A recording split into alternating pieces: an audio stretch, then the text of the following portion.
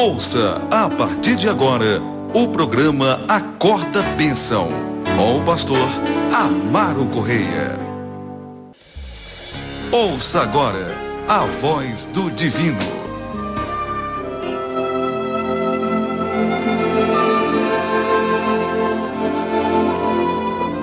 Louvado seja o nome do Senhor Jesus.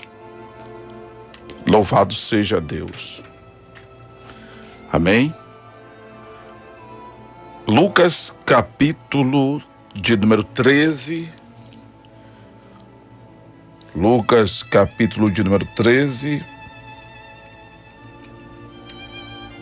Louvado seja Deus. Nós vamos ler do versículo 10 em diante, esperando que você tenha escutado a ministração de ontem. Caso não tenha escutado, volto a lembrar, ela já está aí no Face, no YouTube, em o nome do Senhor Jesus. Amém? Louvado seja Deus. E você pode acompanhar aí dia e hora que puder, que quiser, em nome de Jesus. Hoje nós vamos dar sequência a esta ministração. Hoje nós vamos dar sequência a esta ministração, lendo o versículo de número 10 em diante, que diz assim as Sagradas Escrituras: E ensinava no sábado, numa das sinagogas, e eis que estava ali uma mulher que tinha um espírito de enfermidade, havia 18 anos, e andava curvada, e não podia de modo algum endireitar-se. Vendo-a Jesus, moveu-se a si, vendo-a Jesus, chamou-a a si, e disse-lhe: Mulher, estás livre da tua maldade. Livre da tua enfermidade. Eu estou com a vista hoje muito da ruim, né? E vendo-a Jesus, chamou-a a si, e disse-lhe: Mulher, estás livre da tua enfermidade.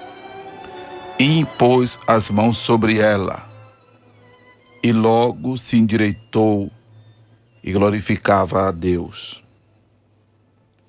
E tomando a palavra, o príncipe da sinagoga, indignado porque Jesus curava no sábado, disse à multidão: 6 dias há em que é mister trabalhar. Nestes, pois, vindes para seres curados, e não no dia de sábado. Respondeu-lhe, porém, o Senhor e disse: Hipócrita, no sábado não desprende da manjedoura cada um de vós o seu boi ou jumento, e não leva a beber água? E não convinha saltar desta prisão no dia de sábado esta filha de Abraão, a qual há 18 anos Satanás mantinha presa? E dizendo ele isso, todos os seus adversários ficaram envergonhados, e todo o povo se alegrava por todas as coisas gloriosas que eram feitas por ele. E dizia: A que é semelhante o reino de Deus? E a que o comparareis? É semelhante a um grão de mostarda, que um homem tomando lançou na sua horta, e cresceu e fez-se grande árvore, e em seus ramos se aninharam as aves do céu. E disse outra vez: A que compararei o reino de Deus? É semelhante ao fermento que uma mulher, tomando-o, escondeu em 3 medidas de farinha, até que tudo levedou. Eu vou ler esse capítulo todo hoje, e talvez só façamos 2 abordagens de Lucas. Continuando então a leitura. Lucas 13. E percorria as cidades e as aldeias, ensinando e caminhando para Jerusalém. E disse-lhe um: Senhor, são poucos os que se salvam? E ele lhe respondeu: Porfiai por entrar pela porta estreita, porque eu vos digo que muitos procurarão entrar e não poderão.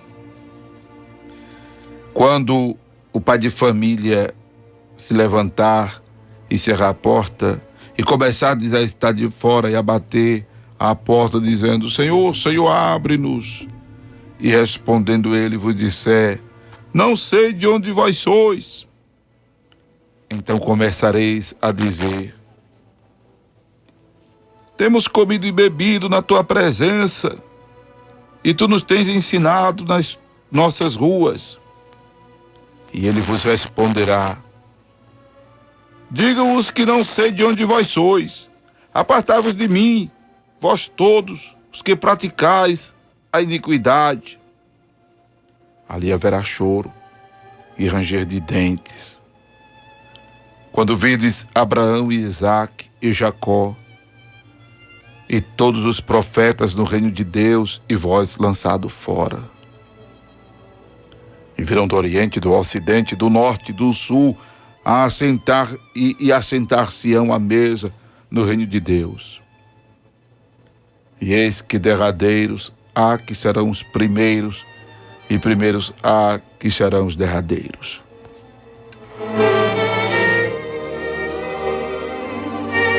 Naquele mesmo dia, chegaram os fariseus, dizendo-lhe: Sai e retira-te daqui, porque Herodes quer matar-te. E ele respondeu: Ide e dizei àquela raposa: Eis que eu expulso demônios e efetuo curas, hoje e amanhã, e no 3º dia sou consumado. Importa, porém, caminhar hoje, amanhã e no dia seguinte, para que não suceda que morra um profeta fora de Jerusalém. Jerusalém, Jerusalém, que mata os teus profetas e apedrejas os que te são enviados. Quantas vezes quis eu ajuntar os teus filhos, como a galinha ajunta os seus pintos debaixo das asas, e não quisestes. Eis que a vossa casa se vos deixará deserta, e em verdade vos digo que não me vereis até que venha o tempo em que digás: Bendito aquele que vem em nome do Senhor.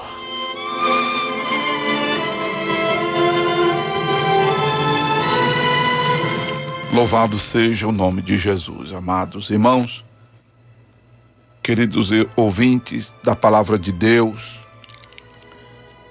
Terminamos essa leitura de Lucas 13. Talvez eu faça só esta abordagem ou talvez faça outra também, não sei. Vai depender da inspiração divina, mas nada que nos impeça de voltar a falar do capítulo 13, mesmo quando já estivermos em outros capítulos de Lucas, né, que termina com 24 capítulos, ou então lendo João, lendo Atos, lendo Gálatas, lendo Coríntios, lendo Romanos. Nada impede de voltarmos a falar de Lucas 13. Até porque nos evangelhos sinópticos, a saber, Mateus, Marcos e Lucas, os evangelhos que narram a vida, o ministério a morte e a ressurreição de Jesus, os evangelhos sinópticos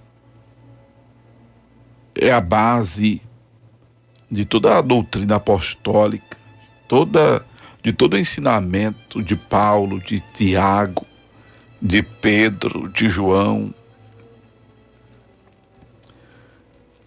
de Judas, não o Iscariote, né? De Tito, louvado seja Deus. Os evangelhos sinópticos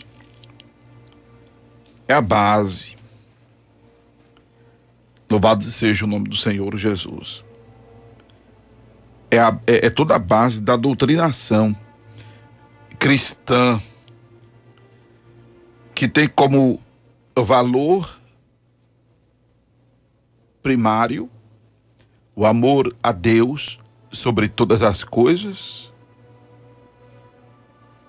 e ao próximo como a si mesmo. Por isso que nos primeiros 7 versículos que lemos hoje, do versículo 10 ao versículo 17, então 7 versículos, 8 versículos precisamente, não é? Jesus repreende o príncipe da sinagoga que questionou o fato de Jesus ter curado uma mulher que vivia há 18 anos encurvada, sem poder endireitar-se. A mulher que vivia 18 anos sendo ali presa satanicamente, que era um caso de enfermidade gerado por uma ação direta de demônios. Era uma opressão maligna que aleijava aquela mulher, não é?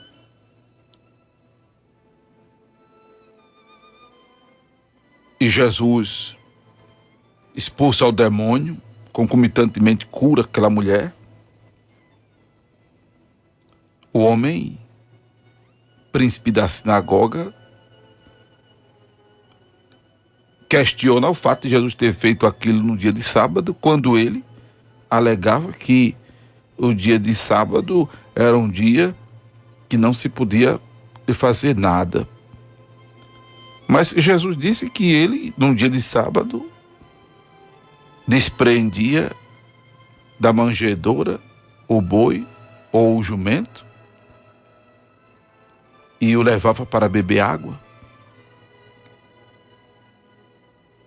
E por que não soltar aquela mulher da prisão em um dia de sábado? Qual mais importante é a chamada de Jesus aqui? A vida de um boi, de um jumento, ou uma vida humana? Mais importante é a vida humana. E esse princípio é rezado pelos apóstolos em sua doutrinação. Por isso que o evangelho de Jesus, os evangelhos sinópticos, é a base de toda a doutrina apostólica. E eu quero abrir um parêntese aqui e dizer a vocês, como eu estava ensinando ontem à noite na igreja, na quarta-feira à noite, na igreja, que quem criou o cristianismo não foi a Igreja Católica. Viu, irmãos? Quem criou? Por que eu estou dizendo isso? Primeiro, porque faz parte da abordagem que eu estou fazendo aqui. Faz parte, há uma necessidade de dizer isso aqui agora, exatamente por estar nesse contexto. E porque a gente de vez em quando está ouvindo aí pela internet, né, de algumas pessoas desinformadas, e até pasmadamente a gente escuta de algumas pessoas supostamente conhecedoras da Bíblia que dizem que quem criou o cristianismo foi a Igreja Católica. Não. A Igreja Católica, no ano 380, Teodósio, ele oficializa a religião católica, a religião formatizada pelo Império Romano, que não é o cristianismo, viu? O cristianismo bíblico, não. Aí, quando fala de cristianismo gerado pela Igreja Católica, abre aspas e fecha aspas. Não é? Porque os discípulos foram chamados de cristãos pela primeira vez em Antioquia. Atos dos Apóstolos, capítulo 11, versículo 26. Atos dos Apóstolos, capítulo 11, versículo 26.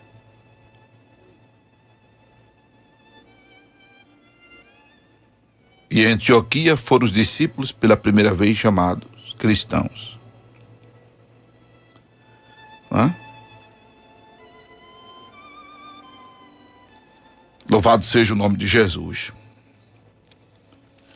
Louvado seja Deus.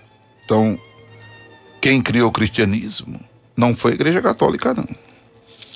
Teodósio, no ano 380, eu posso até dizer a data para você, dia 27 de fevereiro de 380, é que Teodósio sistematiza o cristianismo, sistematiza, abre aspas, o cristianismo, fecha aspas, a religião do império. Mas não o cristianismo bíblico, não o cristianismo cristocêntrico. Porque quando se define aí de cristão, aí alegam que existe cristão católico, cristão evangélico, cristão espírita, cristão budista. Não. O que existe é um bando de religião. Ser cristão é seguir a Cristo e só. Se não segue a Cristo, não é cristão, é qualquer coisa, menos cristão. É budista, é shintoísta, é o quê? É romanista, né? Qualquer coisa, menos cristão. Se é espírita, é kardecista, é qualquer outra coisa, menos cristão. Ser cristão é seguir a Cristo, é seguir os ensinamentos de Cristo. Não existe cristão isso, cristão aquilo, ou é cristão ou não é cristão. Infelizmente, nem muitos evangélicos hoje podem ser nomenclaturados de cristãos, porque não estão seguindo a Cristo, estão seguindo normas denominacionais. É porque quando a pessoa deixa de dar proeminência à palavra de Deus, quando a pessoa gera detrimento às sagradas escrituras, a pessoa secundariza a escritura para dar vez e voz a normas denominacionais, a princípios e a valores denominacionais, já se descaracterizou como cristão, mesmo recebendo o nome de evangélico. Já se desconfigura, já se descaracteriza como cristão. Irmãos, isso é muito sério. Isto é muito sério. Principalmente do que diz respeito à valorização da vida humana. Porque, em detrimento da vida humana, estão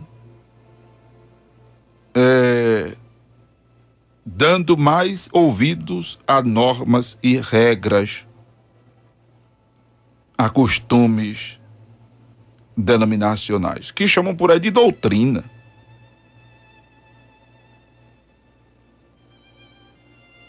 Sem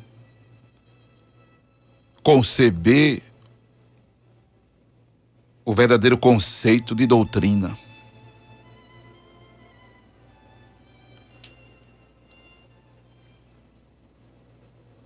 e estabelecem como doutrina aquilo que, sendo transgredido, torna a pessoa digna de punição. E doutrina não é isso. Doutrina não é isso.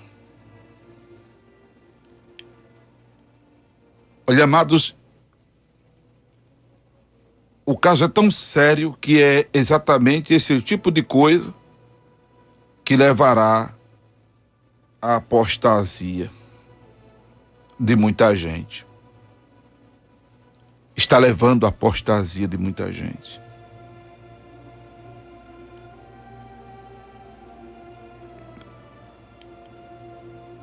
A vida humana, tão valorizada por Jesus, sendo secundarizada por normas e regras que visam moralizar algumas instituições religiosas. Instituições religiosas que, infelizmente, a gente não pode nem hoje mais chamar de igreja. São verdadeiras empresas religiosas. Empresas religiosas. Porque já se descaracteriza como igreja do Senhor.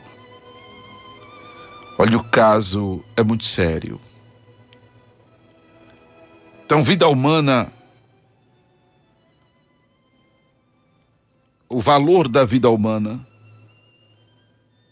é um dos princípios do Evangelho de Jesus. Por isso que a gente aprende em Romanos capítulo 15 que igreja, que essa relação sociável,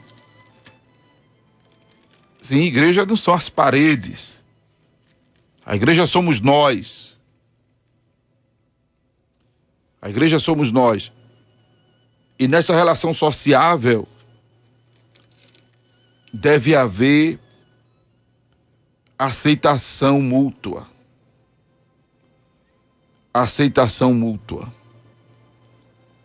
Romanos capítulo 15. Lendo isso aí, você vai entender. Claro que não é uma leitura superficial. É uma leitura com a meditação mais aplicada das atenções para os interesses de Deus. Igreja é lugar de aceitação. Por isso que Paulo manda que suportemos as fraquezas dos fracos e não agrademos a nós mesmos. Então, não precisa nem você pensar muito, eu já disse aqui. O texto já diz. Igreja é lugar de aceitação. Igreja é lugar onde não deve haver preconceito, onde não deve haver bullying, não deve haver chaleira, não deve haver caldeirão, não deve haver essa caçarola, não deve haver nada, que dê bullying. Amém, amados? Versículo 7 de Romanos 15. Portanto, recebei-vos uns aos outros, como também Cristo nos recebeu para a glória de Deus. Igreja é lugar de aceitação. Claro que cada pessoa deve cuidar de mudar para melhorar em tudo, não é? Deve melhorar no caráter, deve melhorar nas habilidades. E a formação do cristão, ela é paulatina. A evolução do cristão é paulatina. Ninguém fica pronto com um discipulado de 2 meses, de 3 meses, para o resto da vida, não. Ninguém fica, não.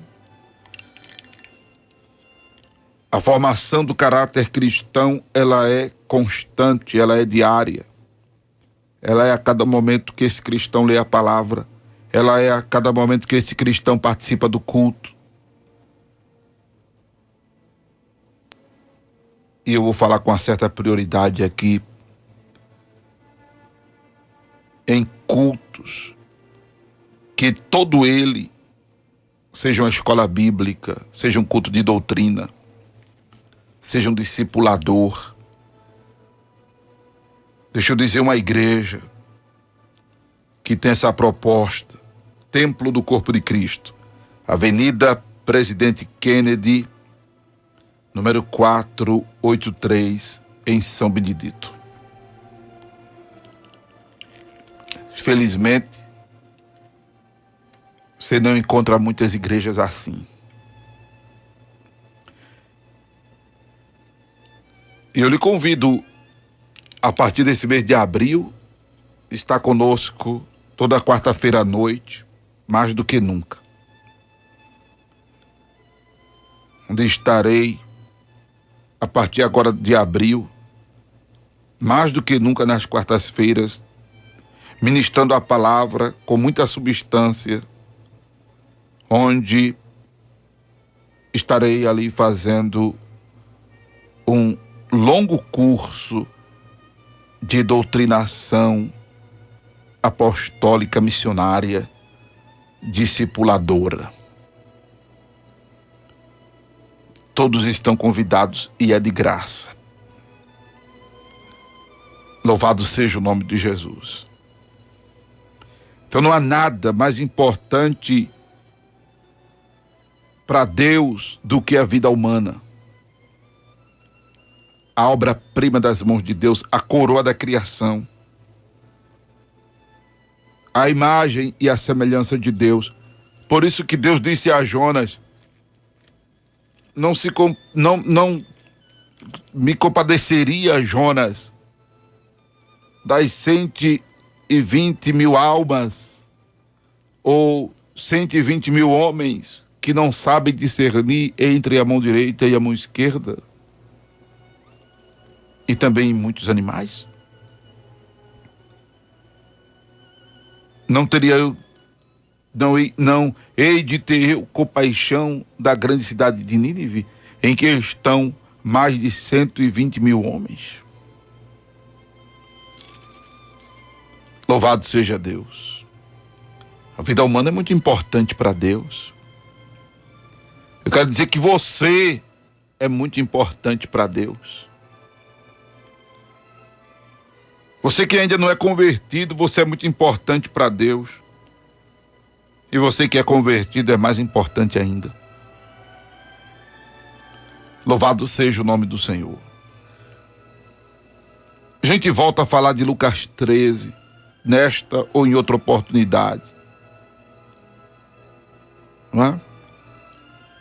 Louvado seja Deus, por causa deste foco que demos a este grande princípio do Evangelho de Jesus, que é a valorização da vida humana. Agora é importante que você, meu irmão, se esforce. Se esforce para melhorar. Se esforce para cantar mais afinado. Se esforce para falar mais direito.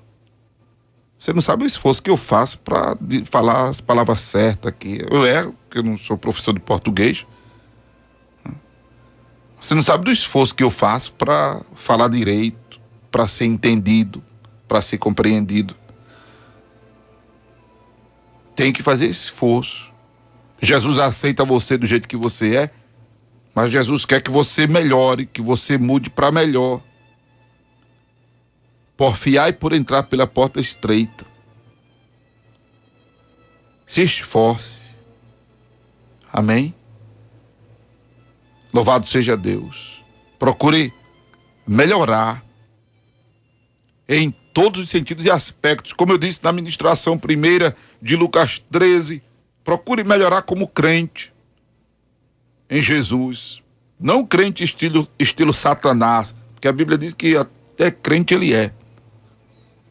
Mas ser crente estilo aqueles que estiveram em Antioquia, os quais foram pela primeira vez chamados de cristão, porque viviam no Senhor com firmeza de coração. Eram cheios do Espírito Santo, cheios de fé. Louvado seja Deus. Procure ser crente assim, firme de coração no Senhor.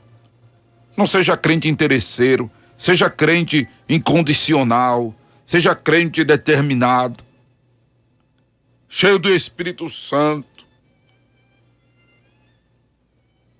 produzindo fruto. Ser cheio do Espírito Santo, irmão, não anda por aí falando línguas estranhas direto, não. Falar línguas estranhas faz parte, mas ser cheio do Espírito é produzir frutos dignos de arrependimento, é andar em novidade de vida.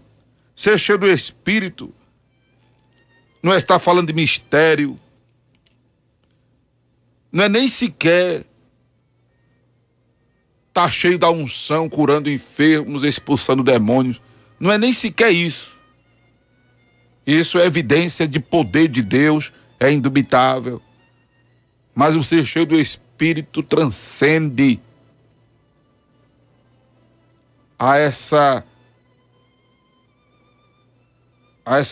sensibilidade espiritual que faz fluir o poder de Deus. É andar em novidade de vida, é produzir frutos dignos de arrependimento.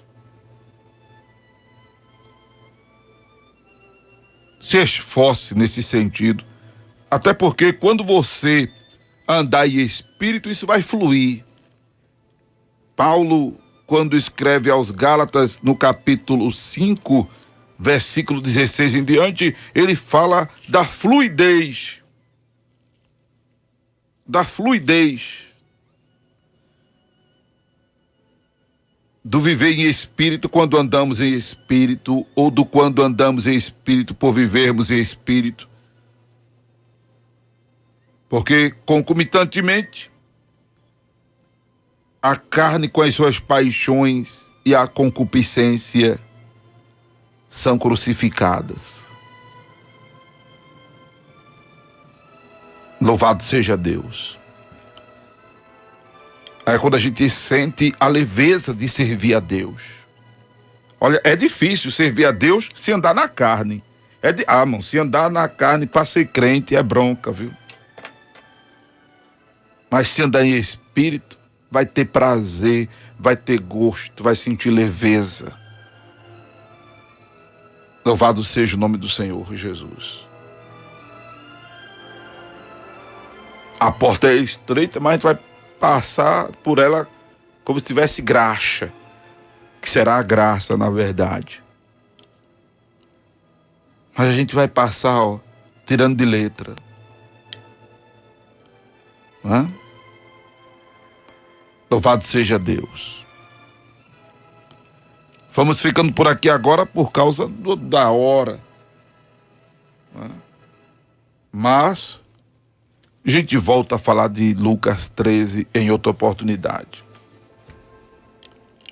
Amém? Em nome de Jesus. Em nome de Jesus. Você acabou de ouvir o programa Acorda Bênção, com o pastor Amaro Correia.